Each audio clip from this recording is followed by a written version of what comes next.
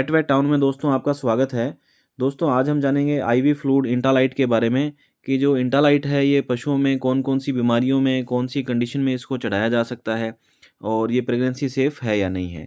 तो दोस्तों सबसे पहले आप हमारे चैनल को सब्सक्राइब कर लीजिए, बेल आइकन के बटन को भी दबा दीजिए। तो आइए दोस्तों शुरू करते हैं। दोस्तों इंटालाइट है ये इंटास कंपनी की आती है और ये एक तरह से आईवी फ्लूइड है, पशुओं को आईवी रूट में दिया जाता है।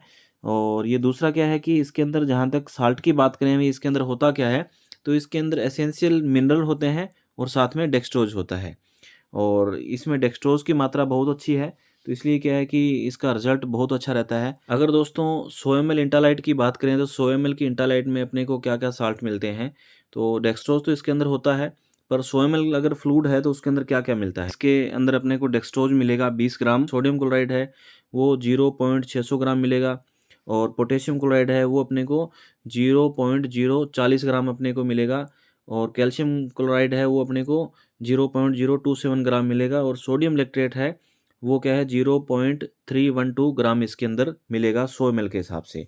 दोस्तों ये एक तरह से आईवी फ्लूइड है और इसका बहुत अच्छे रिजल्ट हैं। अब अपन बात करते हैं कि ये जो कौन-कौन सी बीमारियों में पशुओं को चढ़ाया जा सकता है। दोस्तों अगर पशुओं में अचानक से डायरिया हो गया है और डायरिया की वजह से वीकनेस आ गई है और पशु ने खाना-पीना कम कर दिया है, बंद कर दिया है, तो अपने डायरिया की किसी भी फॉर्म हो, किसी भी कंडीशन हो, उस कंडीशन में अपन ये पशुओं में चढ़ा सकते हैं।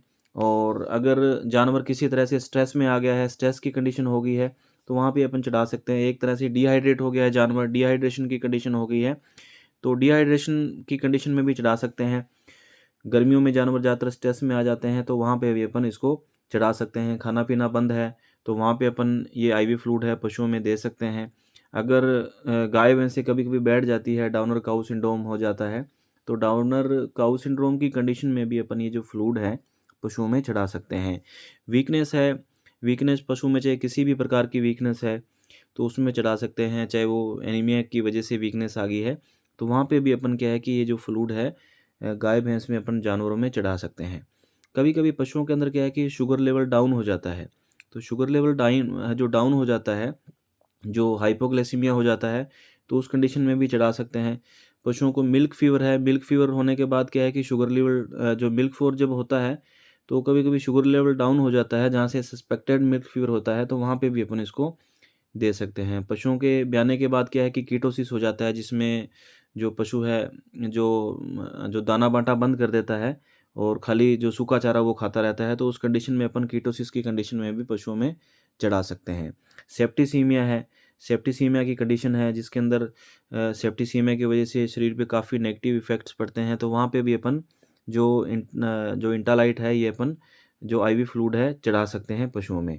और अगर किसी भी प्रकार का मांसपेशियों में कमज़ोरी आ गई है, पशुओं को वीकनेस आ गई है मांसपेशियों में, तो वहाँ पे भी अपन चढ़ा सकते हैं। और किसी भी प्रकार से क्या है कि इलेक्ट्रोलाइट्स का बैलेंस है बिगड़ गया है पशुओं के अंदर, तो वहाँ पे भी अपन जो इसको क्या है कि हाँ, चढ़ा सकते हैं आईवी फ्लूइड को। और दोस्तों कभी-कभी अपन देखते हैं कि पशुओं को एसिडोसिस हो जाता है, एसिडोसिस होने के बाद में क्या है कि पशुओं को डायरिया हो जाता है काफ़ी ज़्यादा। एक तरह से क्या है कि सिस्टमैटिक एसिडोसिस हो जाता है। पहले जो एसिडोसिस हुआ उसके बाद पशुओं को डायरिया हो गया। तो वहाँ पे अपन क्या है कि इस कंडीशन में भी अपन पशुओं को चढ़ा सकते हैं जहाँ पे खूब सारे पशुओं को जो काफ़ी ज़्यादा पशुओं को क्या है कि डायरिया हो जाता है, दस्त हो जाता है, पशु बैठ गया है और पशु की एक तरह से गंभीर अवस्था आ जाती है, तो उस कंडीशन में अपन चढ़ा सकते हैं। जहाँ पे दोस्तों अपन आरएल, डीएनएस या D5 अपन देते हैं। अगर उससे अच्छे रिज़ल्ट लेने हो तो वहाँ पे अपन इस जो आईवी फ्लूइड है, इंटालाइट है, इसका दोस्तों अपन उपयोग कर सकते हैं और इसके रिज़ल्ट्स बहुत अच्छे हैं। दोस्तों अब बात करते हैं इसका जी डोज़ रेट क्या रहती है। सबसे पहले तो क्या है कि अगर दोस्तों आजकल सर्दियों का मौसम है, किसी भी पशु को अगर ये आईवी फ्लूइड दिया जाता है, तो थोड़ा गर्म पानी में जो नॉर्मल टेम्परेचर तक वहाँ तक आप गर्म करके इसको चढ़ाएँ। ऐसे नहीं कि जो ठंडा है, बिल्कुल चिल्ड है तो चढ़ा रहे हो, तो उसके अपने को थोड़ी दिक्कत हो सकती है। तो इस वजह से आप सर्दियों में ये ध्यान रखें कि बोतल को थोड़ा नॉर्मल टेम्परेचर तक गर्म करके आप इस बोतल को चढ़ाएँ, आईवी रूट में देवें। और आपने ये ध्यान रखना है और इसको आईवी रूट ही लगाना है, आपने सबकट नहीं लगाना है, जिससे वहाँ पे क्या है कभी-कभी जो गाँठ हो जाती है, एब्सेस होने के चांसेस रहते हैं, एब्ज़ॉर्ब नहीं होती है, तो आप इस चीज़ का भी दोस्तों ध्यान रखें। और दूसरा क्या है कि दोस्तों ये किसी भी ड्रिप के साथ इसको चढ़ा सकते हैं, चाहे आरएल है, डीएनएस है, चाहे एनएस है, D5 है, इसके साथ इसको चढ़ाया जा सकता है।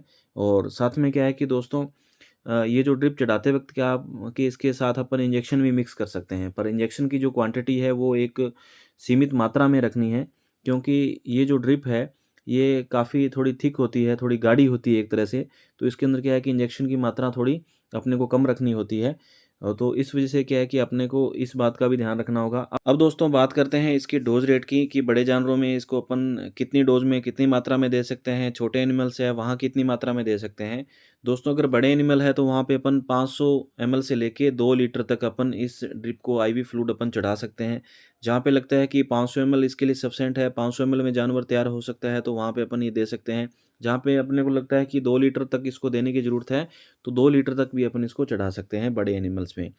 छोटे एनिमल्स की जहाँ तक बात करते हैं, तो दोस्तों छोटे एनिमल्स में अपन 100 एमएल से लेके 200 एमएल तक इसको आईवी फ्लूइड चढ़ा सकते हैं। जैसे भेड़ है, बकरी है, डॉग्स में, तो वहाँ पे अपन इस तरह से इसको चढ़ा सकते हैं। दोस्तों इंटालाइट जो आईवी फ्लूइड है, इसको गाय, भैंस, भेड़, बकरी, हॉर्स, डॉग्स में भी इसको दिया जा सकता है।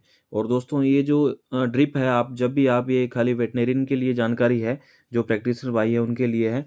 आप इस ड्रिप को जब भी चढ़ाएँ तो आप इसको ड्रॉप बाय ड्रॉप चढ़ाएँ।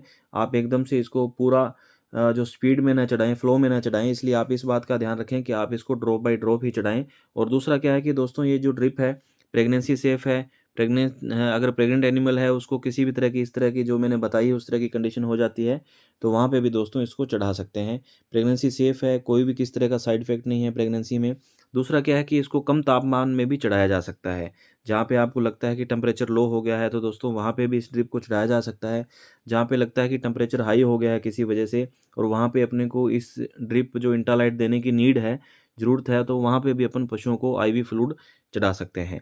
और दोस्तों ये सिर्फ़ और सिर्फ़ जो प्रैक्टिशनर भाई है उनके लिए जानकारी है। तो दोस्तों ये जानकारी आपको कैसी लगी आप ज़रूर बताइएगा। धन्यवाद।